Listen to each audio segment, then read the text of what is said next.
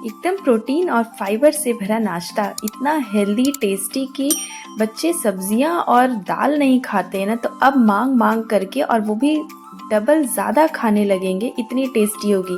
तो चलिए शुरू करते हैं इस डिलीशियस रेसिपी को जो फटाफट से बन जाएगी। तो यहाँ पर मैं ले रही हूँ पीले वाले मूंग की दाल, 1 कप दाल ले रही हूँ। 1 कप दाल से आप 7 से 8 चीला आराम से बना सकते हैं। तो यहाँ पर इसे अच्छे से हमें पानी से वॉश कर लेना है। 3 से 4 पानी से आप अच्छे से रगड़ रगड़ करके मसल करके, ताकि ये पूरे की पूरी गंदगी इसकी अच्छे से साफ़ हो जाए। तो इस तरह से ये देख रहे पूरी सफ़ेद पानी हो गई। अब इसे हम फेंक देंगे और फिर अच्छे से इसे फ्रेश पानी से एक बार और धो लेंगे। तो अब दाल हमारा अच्छे से धुल गया है, बिल्कुल साफ़ हो गई। अब इसमें हम फ्रेश पानी डाल देंगे ताकि इसे 1 घंटे के लिए छोड़ सके, ये फूल जाए अच्छे से। तो मैं इसे 1 घंटे के लिए पानी में भिगो करके छोड़ दे रही हूँ।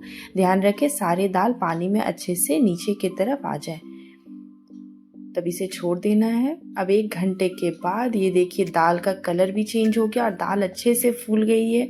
अगर आपको जल्दबाजी हो तो आप गर्म पानी में आधे घंटे के लिए भी भिगो करके रख सकते हैं।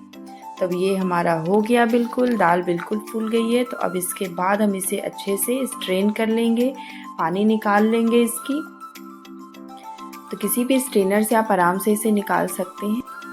तो ये सारे दाल को हम इस तरह से निकाल लेंगे। अब सारा पानी इसमें अच्छे से बिल्कुल छन जाएगा और इसके बाद क्योंकि बहुत ज़्यादा पानी होगी ना, तो बैटर बिल्कुल गीली हो जाएगी। और बैटर आपको बहुत ज़्यादा गीला नहीं करना है, स्प्रेड करने लायक होनी चाहिए। तो पानी अच्छे से छन गई। अब एक ग्राइंडर में हम इस सारे दाल को डाल देंगे। अगर आपको ज़्यादा चीला बनाना हो तो आप दाल की क्वांटिटी बढ़ा लें। ऐसे आप इतने से 3 लोगों के लिए आराम से बना सकते हैं।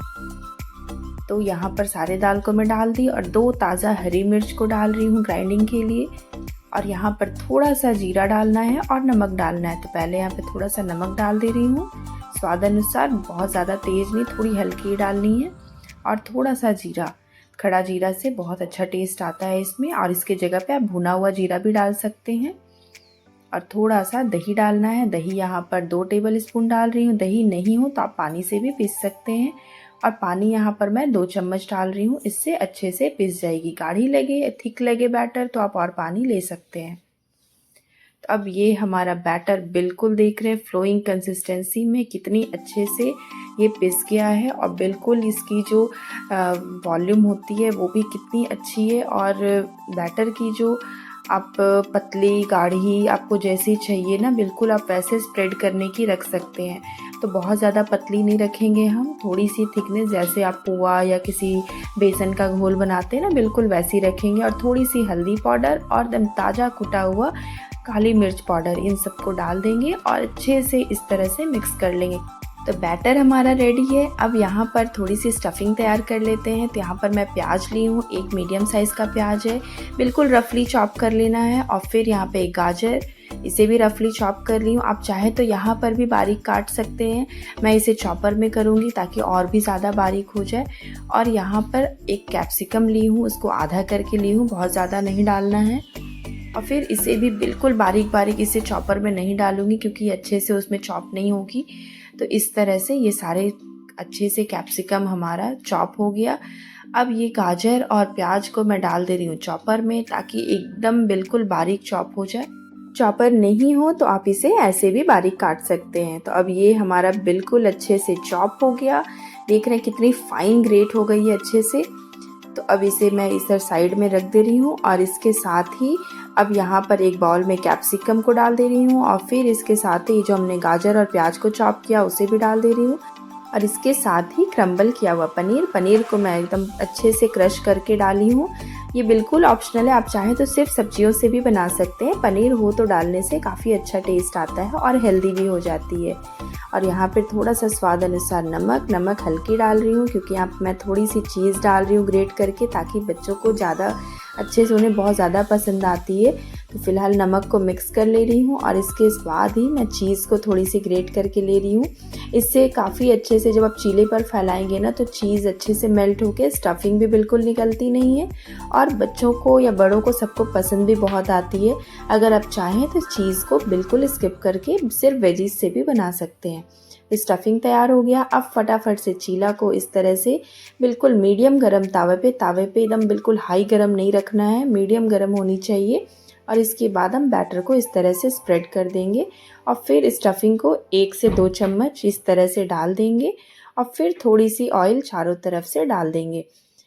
और ये नॉन स्टिक पर आप बना रहे हो तो पहले ऑयल ना डालें, क्योंकि ये जो आप बैटर डालेंगे ना ये एक तरफ से फिसलती चली जाएगी और स्प्रेड अच्छे से नहीं होगी, इसलिए ऑयल को बाद में डालें।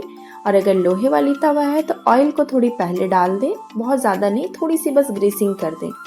तब ये इस तरह से दोनों तरफ से पका लेंगे और ये हमारा बन करके चीला बिल्कुल तैयार हो गया और कितनी अच्छी दिख रही है ना, देखते ही मुंह में पानी आ जा रहा है। वैसे हम थोड़ा सा 2 तरफ से मैं फोल्डिंग दिखाऊंगी, एक तो डोसे वाली फोल्डिंग और इसके इस तरह से आप चाहें तो ऐसे कट करके सर्व कर सकते हैं, चाहे ताकि ये खाने में बहुत आसान हो, एकदम फटाफट से। बहुत ही गर्मा गर्म तो इतनी अच्छी लगती है ना कि एकदम मतलब बच्चे बड़े कुछ भी ये सब्जियों को छाट नहीं पाते, ये इतनी अच्छी लगती है। तो ये इस तरह से हमारा ये बन कर के तैयार हो गया है। ये 2 तरह से मैं एक और दिखाऊंगी। ये पहला हमारा फोल्डिंग तैयार हो गया, दूसरे के लिए एक और मैं बना करके देख रही हूँ। इस तरह से फिर से स्प्रेड करना है हमें और फिर इसके साथ जो हमने सब्जियों की स्टफिंग तैयार की है उसे फिर से डाल देंगे। 1 से 2 चम्मच, अगर आपको थोड़ी ज़्यादा डालनी हो तो आप और ज़्यादा डाल सकते हैं। फिर थोड़ी सी ऑयल डाल देंगे और फिर इसे अच्छे से गोल्डन होने तक पकने देंगे। जैसे ही गोल्डन हो जाए इसके बाद हम इसे भी उल्टा कर देंगे। दोनों तरफ से पका इसलिए रहे हैं ताकि सब्जियां कच्ची ना रहे, बिल्कुल अच्छे से पक जाए। तब सब्जियां अच्छे से पक गई है और इसे बस इस तरह से एक बार ऐसे फोल्ड कर देंगे डोसे की तरह। तो है ना कितनी अच्छी रेसिपी जो इतनी हेल्दी, एकदम कम तेल में और इतनी टेस्टी बन सकती है। इसे आप हरे चटनी, रेड चटनी, मोमोज चटनी या नॉर्मल केचप के साथ भी खा सकते हैं। इतनी अच्छी रेसिपी है कि आप इसे ब्रेकफास्ट में, स्नैक्स टाइम में कभी भी बना सकते हैं और कोई भी सब्जियां छाटने का उन्हें मन ही नहीं करेगा। वो सब मांग मांग कर खाएंगे कि इतनी अच्छी टेस्टी डिश है। तो ऐसी हमेशा डिश को बनाते रहें और घर पे हेल्दी तरीके से बच्चे बड़े सबको खिलाते रहें। तो चलिए मिलते हैं मेरे नेक्स्ट वीडियो में। आज के लिए इतना ही, बाय बाय।